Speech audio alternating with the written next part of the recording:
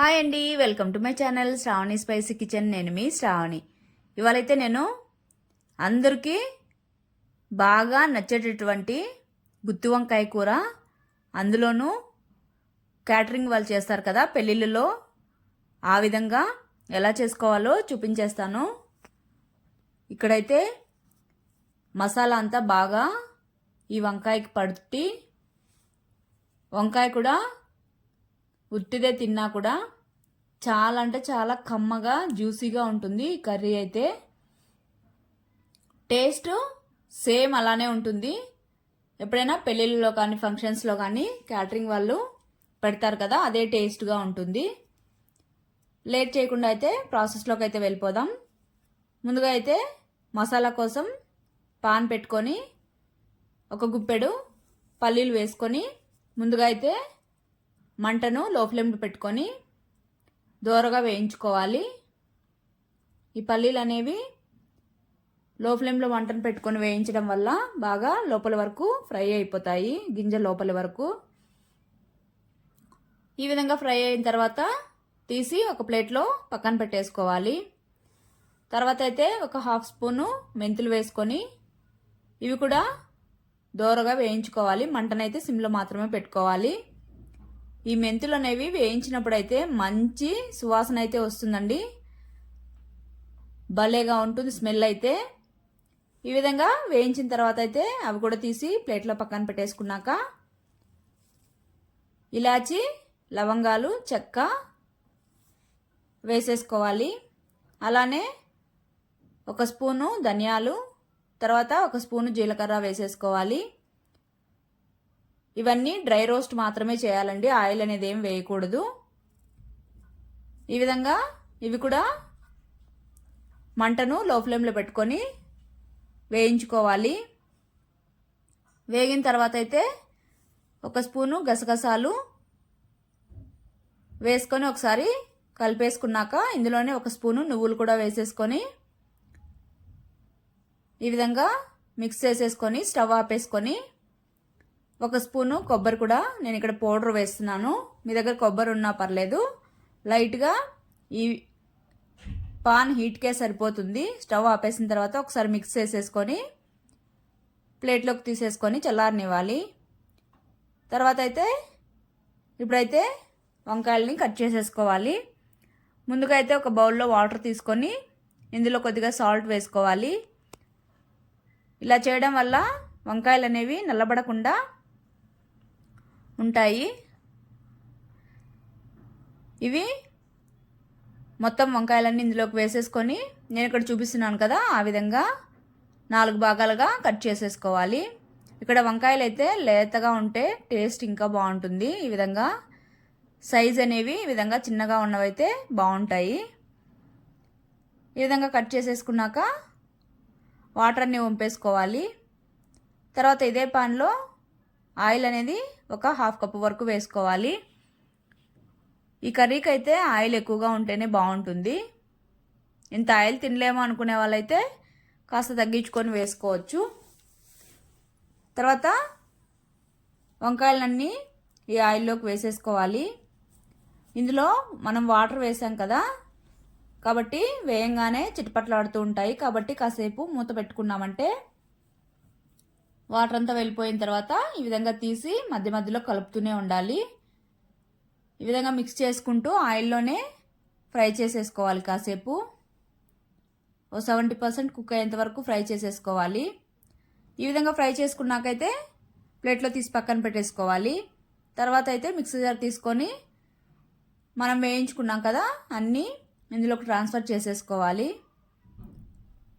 Transfer చేసేసుకున్నాక ముందుగా ఒకసారి అయితే మిక్సీ పట్టేసుకోవాలి, వాటర్ ఏం వేయకుండా. ఇలా చేయడం వల్ల బాగా సాఫ్ట్గా మిక్స్ అయిపోతుంది. ఒకేసారి వాటర్ వేసామంటే సరిగ్గా గ్రైండ్ అవ్వదు. తర్వాత ఇందులోనే వెల్లుల్లి, తర్వాత ఒక ఆనియన్ పెద్ద ముక్కలుగా కట్ చేసుకొని వేసుకోవాలి. వేసుకున్న తర్వాత ఒకసారి మిక్సీ పట్టేసుకున్నాక ఇప్పుడైతే కొద్దిగా వాటర్ అనేవి యాడ్ చేసుకొని బాగా సాఫ్ట్గా మిక్సీ పట్టేసుకోవాలి. ఈ విధంగా గ్రైండ్ చేసుకున్న తర్వాత ఒక బౌల్లోకి ట్రాన్స్ఫర్ చేసేసుకొని ఇప్పుడైతే ఇందులోకి పసుపు, తర్వాత కారం, నేను ఇక్కడ 2 స్పూన్స్ వేస్తున్నాను 1/2 కేజీ వంకాయలకి. టేస్ట్ కారం ఉండడం వల్ల ఇంకా బాగుంటుంది, మరీ చప్పగా ఉన్నా కూడా బాగోదు ఈ కర్రీ అయితే. తర్వాత అయితే 1 స్పూను జింజర్ గార్లిక్ పేస్ట్ వేసేసుకొని మొత్తం మసాలాని మొత్తం ఒకసారి మిక్స్ చేసేసుకోవాలి. పసుపు మొత్తం అంతా ఈ విధంగా మిక్స్ చేసేసుకోవాలి. మిక్స్ చేసేసుకున్నాకైతే ఇప్పుడు మనం పక్కన పెట్టుకున్న వంకాయలు కూడా చల్లారిపోయి ఉంటాయి. ఇందులోకి మసాలాని బాగా లోపల వరకు ఈ విధంగా పట్టించేసుకొని ఒక ప్లేట్లో పక్కన పెట్టేసుకోవాలి. ఈ విధంగా మిగిలిన వంకాయలకి అన్నింటికి కూడా లోపల వరకు మసాలాని స్టఫ్ చేసేసుకోవాలి. ఈ విధంగా స్టఫ్ చేసేసుకొని అన్నీ ఒక ప్లేట్లోకి తీసి పక్కన పెట్టేసుకోవాలి. ఇప్పుడైతే ఈ మసాలాకైతే పోపు పెట్టేసుకుందాం. మనం ఆల్రెడీ వంకాయలని ఫ్రై చేసుకున్నాం కదా, మిగిలిన ఆయిల్లోనే ఆవాలు, జీలకర్ర, తర్వాత కరివేపాకు వేసుకొని చిటపట్లాడనివ్వాలి. తర్వాత అయితే ఒక ఆనియన్ సన్నగా పొడవుగా కట్ చేసుకున్నది వేసుకొని కలుపుకుంటూ బాగా కలర్ వచ్చే వరకు ఫ్రై చేసుకోవాలి. ఈ విధంగా ఫ్రై అయిన తర్వాత ఇందులోనే పచ్చిమిర్చి, అలానే కొద్దిగా సాల్ట్ వేసేసుకొని మిక్స్ చేసేసుకోవాలి.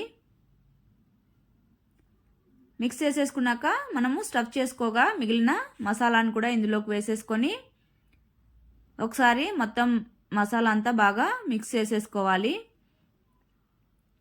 మిక్స్ చేసేసుకొని ఒక 2 మినిట్స్ కుక్ చేసుకుంటే సరిపోతుంది. ఈ విధంగా కుక్ అయిన తర్వాత నిమ్మపండు సైజ్ అంతా చింతపండులో నుంచి గుజ్జు తీసుకొని ఇందులోకి వేసేసుకోవాలి. వేసేసుకున్నాక పులుపు మసాలాలు మొత్తం బాగా మిక్స్ అయ్యేంత వరకు ఒకసారి బాగా కలిపేసుకొని మిగిలిన వాటరు మీ కన్సిస్టెన్సీకి తగ్గట్టు ఒకసారి మిక్స్ చేసేసుకొని మూత పెట్టుకొని 2 మినిట్స్ కుక్ చేసుకుంటే సరిపోతుంది. ఈ విధంగా కుక్ అయిపోయాక మనం ముందుగా స్టఫ్ చేసి పెట్టుకున్న వంకాయల్ని 1 బై 1 ఈవెన్గా స్ప్రెడ్ చేసేసుకోవాలి. ఈ విధంగా స్ప్రెడ్ చేసేసుకున్నాక ఒకసారి మిక్స్ చేసేసుకోవాలి. ఎక్కువగా గరిటెతో తిప్పకుండా స్లోగా ఈ విధంగా మిక్స్ చేసేసుకొని ఒక 5 మినిట్స్ మూత పెట్టుకొని కుక్ చేసుకుంటే సరిపోతుంది. ఆల్రెడీ మనం ఆయిల్లో ఒక 70% కుక్ చేసాం కదా, మిగిలిన రిమైనింగ్ 30% ఇప్పుడు కుక్ అయిపోతుంది. ఈ విధంగా కుక్ చేసేసుకున్నాక ఒకసారి మిక్స్ చేసేసుకొని చివరిగా కొద్దిగా కొత్తిమీర వేసేసుకొని కలిపేసుకొని సర్వ్ చేసేసుకోవడమే. టేస్ట్ అయితే మాత్రం అద్భుతంగా ఉంటుందండి. చూస్తుంటేనే నోరు ఊరిపోతుంది కదా. అయినా వంకాయ ఇష్టపడిన వాళ్ళు ఎవరుంటారు చెప్పండి, అందరికీ ఫేవరెట్ కదా. తప్పకుండా అయితే మీరు కూడా ట్రై చేయండి. ఇదైతే వేడివేడి అన్నంలోకి, రాగి సంగట్లోకి, చపాతీ ఎందులోకైనా చాలా బాగుంటుంది. వంకాయ అయితే అలానే నోట్లో పెట్టుకుంటే మెల్ట్ అయిపోయే విధంగా ఉంటుందండి. సో తప్పకుండా ట్రై చేయండి. ట్రై చేశాక మీకు ఎలా వచ్చిందో కామెంట్ చేయండి. అలానే మన ఛానల్ అయితే సబ్స్క్రైబ్ చేసుకోండి.